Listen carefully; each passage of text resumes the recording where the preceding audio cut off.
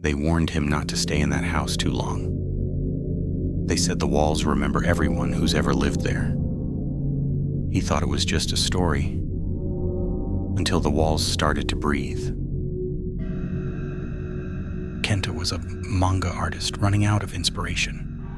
Deadlines were closing in, and his mind was empty. So when he found an old countryside house for rent, cheap, silent, far away from everything, he didn't hesitate. The villagers warned him not to stay there too long. They said the walls remember. Kenta laughed, thinking it was just local superstition. The house was small, built from dark wood that smelled of rain and time. The floorboards creaked like they were whispering names. It was perfect, or so he thought. That first night, as the wind hummed through the forest, Kenta heard something behind the walls, a soft scratching, steady, precise, like someone drawing lines, slowly, carefully, right beside his bed. He told himself it was mice. But when he looked closer the next morning, he found markings beneath the wallpaper. Tiny, faint lines, like sketches hidden under layers of paper. When he brushed his fingers against them, the wall felt warm, alive.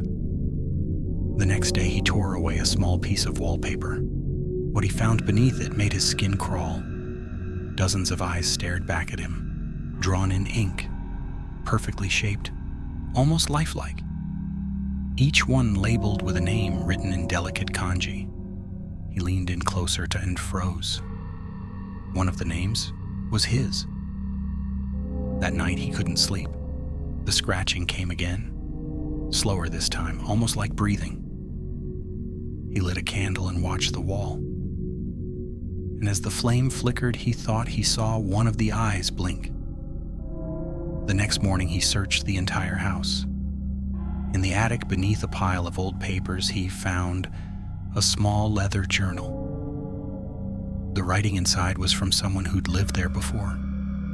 The entries grew more frantic with each page. "The house watches me," one said. "It draws what it sees." And finally, the last entry. "Once your name is on the wall, you belong to it." That night, Kenta set up his camera. If the house was doing something, he would catch it. Hours passed. He drifted to sleep. When he checked the footage the next morning, his hands began to shake. While he slept, the walls had rippled. The wallpaper moved, swelling and collapsing like lungs. Faint outlines of hands pressed from within. And for a brief moment, one of the eyes opened. Kenta wanted to leave, but when he packed his bag, he saw that his drawings had changed.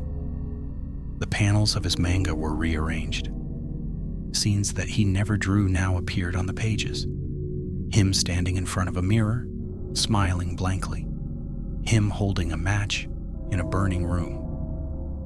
And at the bottom of every page, the same line written over and over: "The house must finish its story."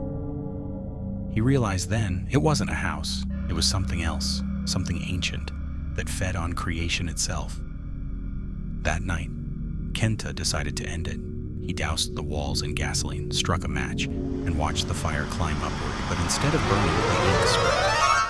Lines poured across the walls, joining, merging, until a single, massive face formed out of the flames. It smiled and whispered his name.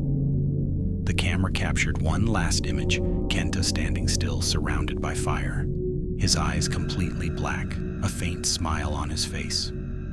Weeks later, police found the ruins. Everything was ash, except for one thing: a single manga page, perfectly intact, showing the house in exact detail. At the bottom corner, a signature written in red ink: Kenta Arai. No one ever found his body. But sometimes when the wind moves through the valley, the villagers say they can hear it. The sound of a pen scratching, somewhere inside the walls that no longer exist.